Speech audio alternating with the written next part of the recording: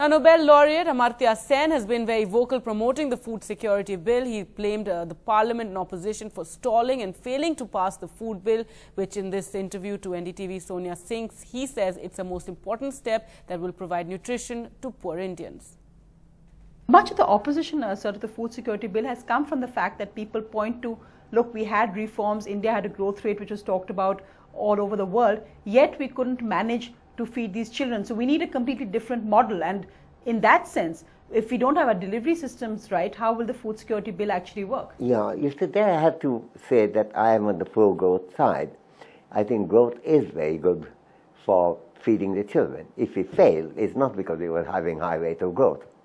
Our public revenue went more than 4 times as to what it was, say, 20 years ago. It's just whether we have been able to allocate enough, as the Chinese had, the Koreans had, the Japanese had, and Taiwanese had, and Thais have, to develop human well-being as well as human capability. If we failed, it's not because we were having high growth rate. We failed because we didn't supplement. Now, the food security bill, it has many defects, but certainly in terms of the big story, it is a very strong step in the right direction. I mean, there are many ways of making people better fed.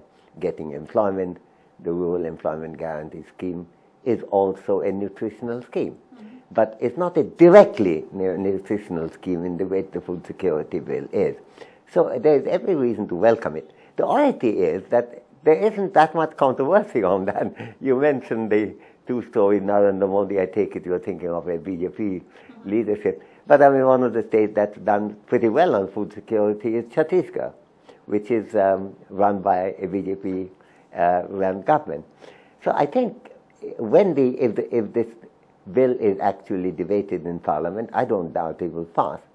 The question is, at the moment, since the nature of Indian divisive politics is such that the one thing that we can be proud of, namely the democracy of India, is itself being threatened, whereby Parliament can't sit in a session, can't pass things, we can't discuss anything, whether it be Savarjit Singh, what happened in Pakistan, to anything else, the full Parliament, we have to have that voice as heard.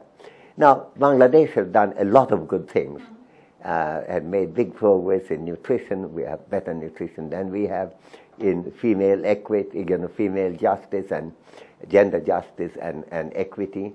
On the other hand, one of its failings has been the opposition doesn't like to sit in Parliament when the other party is ruling.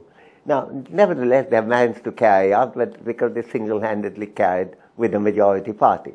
Well, given the Indian democracy, we don't want to do that. And therefore, we have to find a system whereby the different parties work together. And since this is a subject about kids being better nourished, better fed, expanding India's growth potential dramatically, on which I believe that despite I may disagree with one political party or another, I don't see a real opposition coming on this side. The opposition coming from the silence of not meeting.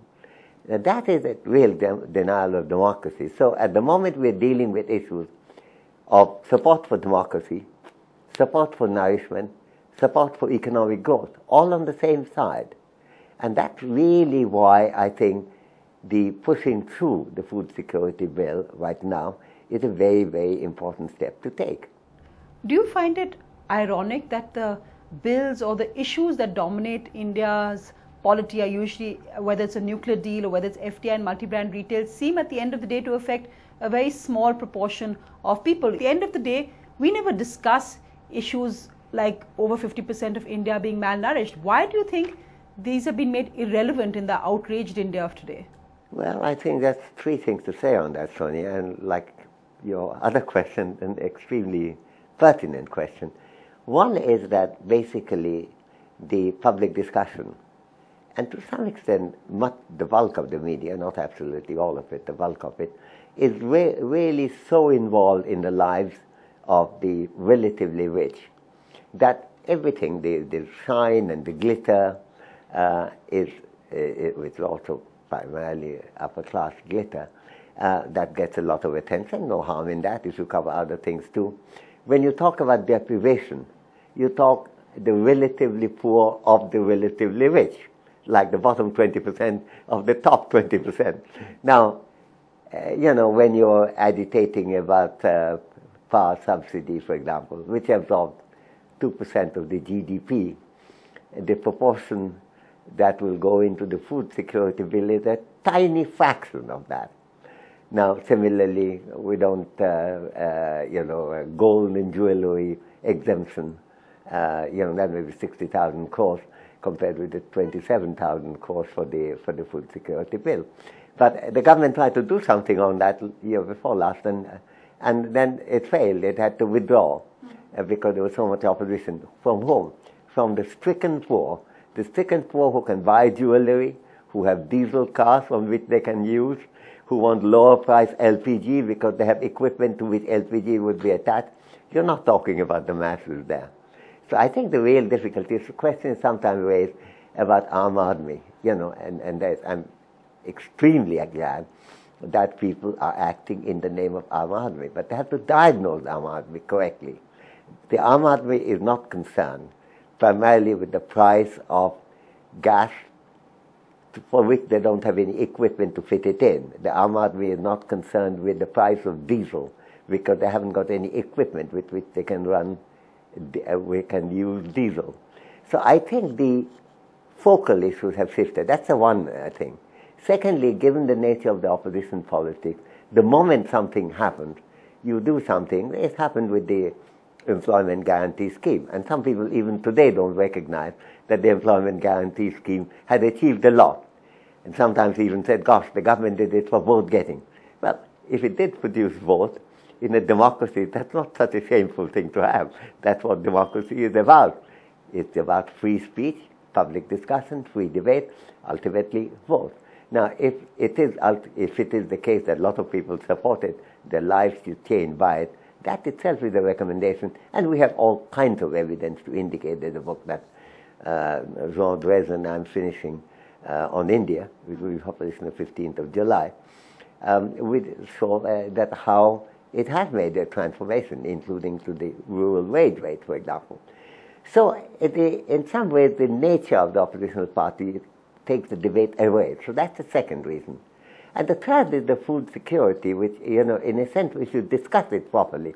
There are very few people in India who would say, look, children's nourishment is not important. Or very few people who would deny that good nutrition is important for economic development.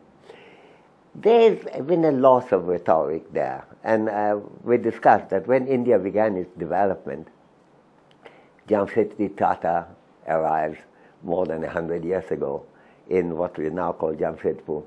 His immediate resolve is not only do I have to put up a factory, I have to act as a municipality. I have to provide free education, free health care, to make sure that people are educated, healthy, because that's the way the industry could succeed. That site, which is very much the Asian economic development site, was clearly present in the pioneering industrialist in India. In the process of the nature of the politics today, is to a great extent lost.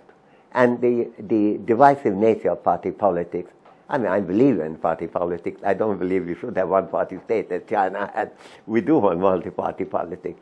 But each party has to take responsibility to not only pursue its own cause, which is understandable, but at the same time support those things and allow the discussion on those things, which makes the lives of children, life of Indians enormously better.